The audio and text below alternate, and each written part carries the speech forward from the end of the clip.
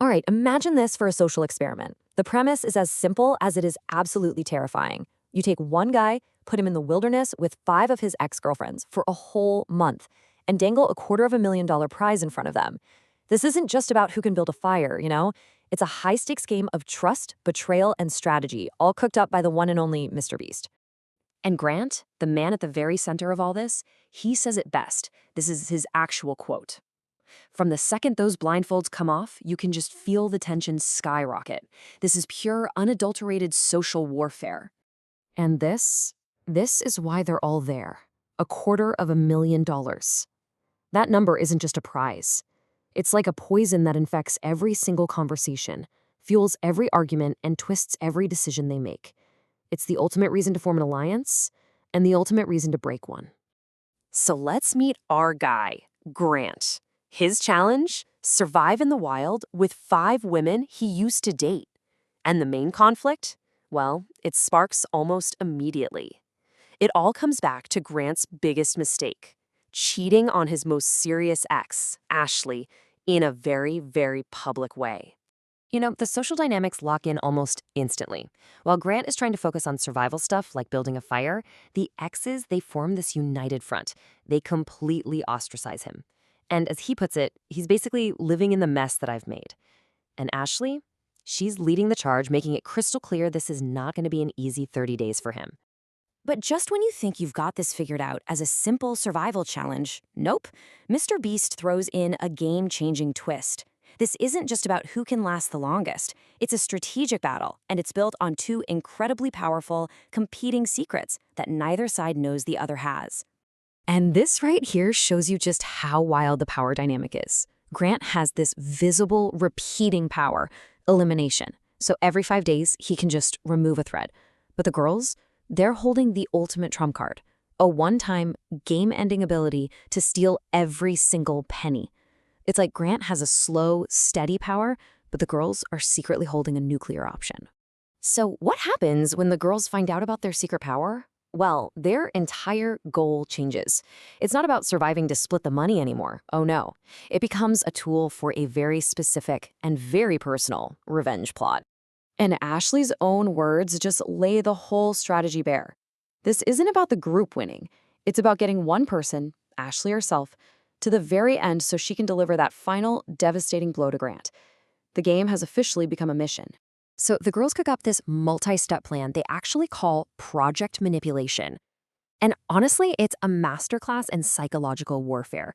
They manufacture drama, they stage arguments, they fake emotions, all of it with one single goal: protect Ashley at all costs so she can be the one to steal the money and get her revenge. But here's the thing about a plan built entirely on vengeance. It's usually pretty fragile, and under the insane pressure of this game and Grant's own strategic moves, this supposedly unbreakable alliance, well, it starts to crack from the inside out. This timeline shows you exactly how the plan starts strong and then just completely falls apart. For the first half, the manipulation is working like a charm, but then Grant gives Ashley an ultimatum, and that forces a major confrontation. This is where it all unravels.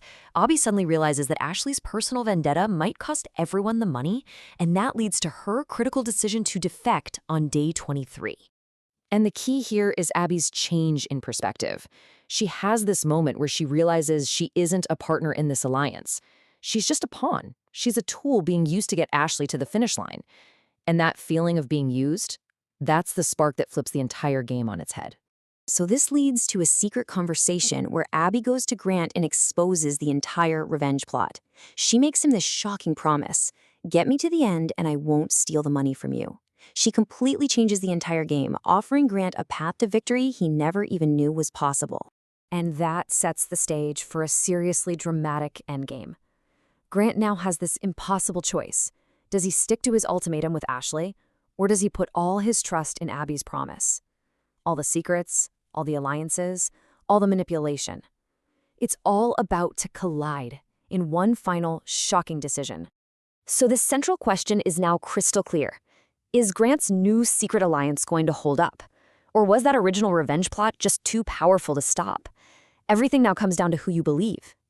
On day 25, Grant makes his move. He eliminates Ashley. He honors his own ultimatum and places all of his faith and $250,000 in his new deal with Abby. At this point, he is convinced he has outplayed everyone, beaten the revenge plot, and secured the win. And then, the final, most brutal twist of all. Mr. Beast reveals the girl's secret power to Grant for the very first time. The power dynamic doesn't just shift, it completely flips upside down. Grant is now totally powerless. The fate of the entire prize, which is now up to $300,000, is solely in Abby's hands. What's so fascinating here is how Abby justifies what she does next. See, Grant had asked her to swear on a Bible to make sure she was loyal, but she completely reframes it. In her mind, he didn't get a real promise from her. He used a manipulation tactic. And for her, that makes the entire deal null and void. As she makes her final decision, absolutely smashing Grant's hopes and taking all the money, Abby says just 2 words: for Ashley. And this tells you everything. Her final motivation was this complex mix of self-interest and, believe it or not, a lingering loyalty to her friend and their original revenge plot. And there you have it. Abby walks away with the entire $300,000 prize. After 30 days of complex strategy, ruthless manipulation, and shattered promises, Grant goes home with absolutely nothing. Which leaves us all with this final, nagging question. What was really driving Abby's decision at the end? Was it a cold, calculated, strategic move to get the most money? Was it a final act of loyalty to finish that original revenge plot? Or was it just a simple case of survival of the fittest in a really, really brutal game? What do you think?